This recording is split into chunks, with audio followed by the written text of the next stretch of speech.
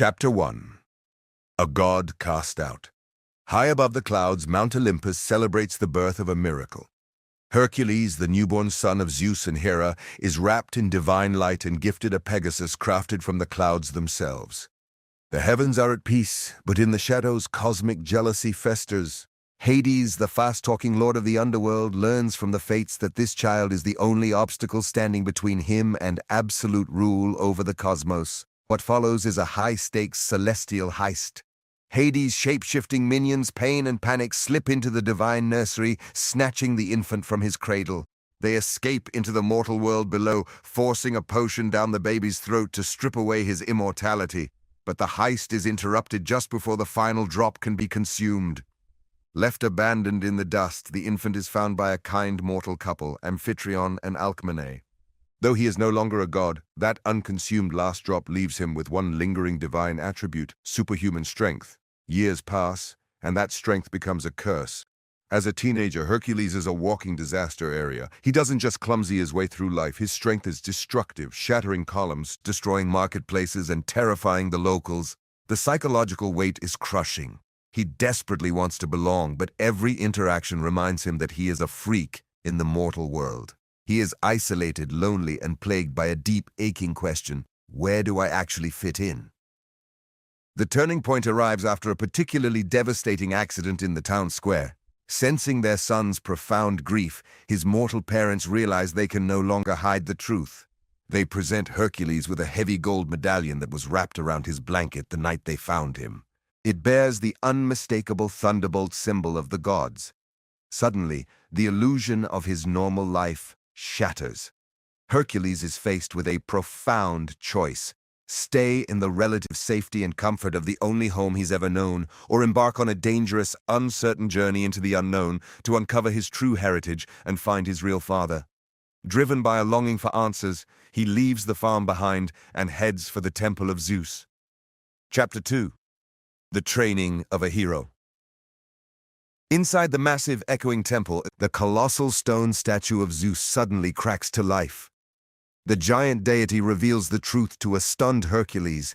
He is the son of a god, but to regain his place on Mount Olympus, he must prove himself a true hero on Earth. To guide him, Zeus reunites Hercules with his childhood companion Pegasus and sends him to find the legendary trainer of heroes, Philoctetes, or Phil. When Hercules tracks him down on a remote, cluttered island, he doesn't find a majestic warrior. He finds a cynical, washed-up satyr who has spent his life watching every chosen one fail. From Achilles to Perseus, Phil has had his heart broken by heroes who let their egos, their heels, or their weaknesses ruin them. He is reluctant, tired, and ready to retire to a life of chasing nymphs. But Zeus's lightning bolt provides a forceful cosmic endorsement, and Phil begrudgingly agrees to take on one last student. What follows is a grueling, years-long physical and mental transformation. The montage is brutal. Phil pushes Hercules to his absolute limits, transforming his clumsy, uncoordinated power into disciplined combat prowess. Hercules learns to balance on logs, dodge swinging axes, aim a bow, and read his opponents. More importantly, he learns to think. By the end of the training, the gangly teenager has filled out into a towering, muscular warrior. Yet, as they set off for the crime-ridden metropolis of Thebes to test his skills, a subtle shift occurs. Hercules begins the journey seeking external glory, believing that winning fights and gaining applause is the ticket back to his family on Mount Olympus. He and the training, but he has yet to realize that true strength isn't measured by the size of his muscles, but by the strength of his heart. Chapter 3. The Celebrity Machine. If you can make it in Thebes, you can make it anywhere. Dubbed the Big Olive, Thebes is a chaotic, cynical city plagued by fires, earthquakes, and endless misery. For Phil, it is the ultimate marketing opportunity. Hercules is thrust into the center of the city's chaos, and he delivers. He slays the multi-headed Hydra in a spectacular public battle, and almost overnight, the zero-to-hero celebrity machine explodes. Hercules becomes a global phenomenon. His face is on ancient Greek vases, his name is plastered on sandals, and screaming fans mob his chariot. But beneath the glittering surface of the overnight fame, internal friction begins to grow. The flashy musical montages and the public adulation mask a growing void. Hercules is surrounded by thousands of adoring fans, yet he is still fundamentally alone. The public persona of the flawless, untouchable celebrity is vastly different from the private longing of a boy who just wants to feel a genuine sense of belonging. Fame, he quickly realizes, feels incredibly empty. Enter Megara, or Meg. Unlike the swooning fangirls, Meg is sharp, cynical, and completely unimpressed by Hercules' muscles or his status. She represents his first real, grounded human connection. But unknown to Hercules, Meg is trapped under a dark cloud. Years ago, she sold her soul to Hades to save a man she loved, only for that man to abandon her. Now she is property of the Lord of the Underworld. Hades uses Meg as a tool for subtle manipulation. He sends her to find Hercules' weakness, exploiting her forced loyalty. Yet as Meg spends time with the genuine, hopelessly romantic, and fiercely protective hero, the manipulation falters. Hercules' earnest nature threatens to shatter her cynical worldview, and a dangerous romance blossoms, one that threatens both Hades' grand scheme and Hercules' divine ambition. Chapter 4. The Underworld Gambit. Hades is a master tactician, and he quickly realizes that Hercules cannot be defeated by brute physical force alone. While analyzing his target, Hades discovers the ultimate tactical vulnerability, Hercules' heart. The hero is deeply, unconditionally in love with Meg. With the cosmic alignment approaching, the precise moment Hades needs to free the ancient titans and overthrow Zeus, the Lord of the Underworld orchestrates his final brilliant gambit. He captures Meg and presents Hercules with a horrific, soul-binding deal.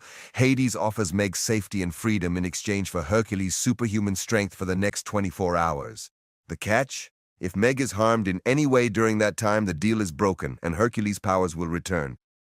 Driven entirely by love, Hercules makes the ultimate trade. He signs away his godlike power, watching the glowing golden aura leave his body.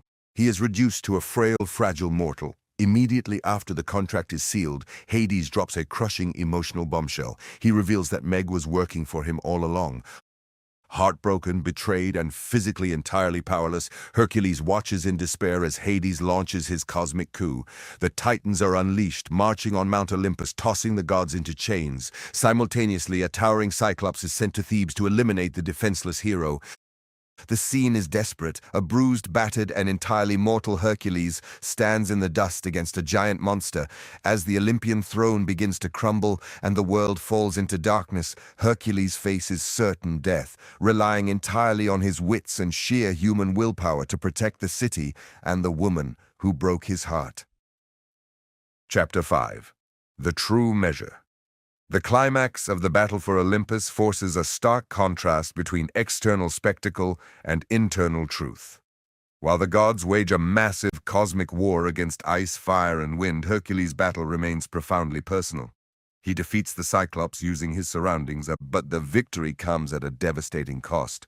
A falling pillar threatens to crush Hercules, but Meg pushes him out of the way, taking the fatal blow herself. Because Meg is injured, Hades' contract is broken. Hercules' golden godlike strength surges back into his veins. He flies to Mount Olympus, shatters the Titans' chains, and hurls them into the depths of space, saving the cosmos. But the victory is hollow. He returns to Earth only to find Meg drawing her final breath. Her thread of life is cut by the fates, and her soul descends into the underworld. Hercules follows her straight into the jaws of death. Standing before the swirling, glowing green vortex of the river Styx, where countless souls swim in agony, Hercules demands Meg's soul back. Hades laughs, offering a final bargain. Hercules can dive in and retrieve her, but the river drains the life force of mortals within moments. Hercules doesn't hesitate. He leaps into the deadly waters. As he swims deeper toward Meg, his skin ages, his muscles wither, and the fates prepare to snip his thread of life.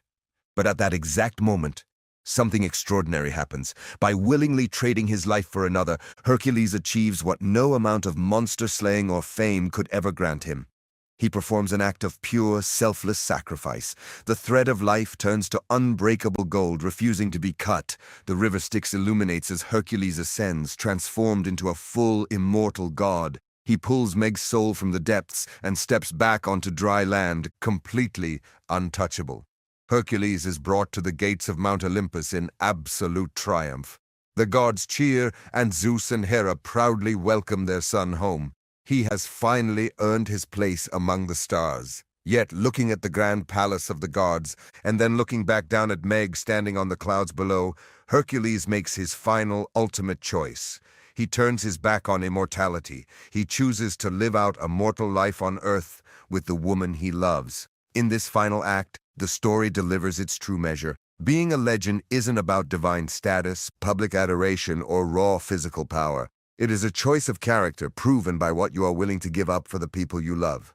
Hercules returns to Earth not as a god, but as something far greater, a true hero.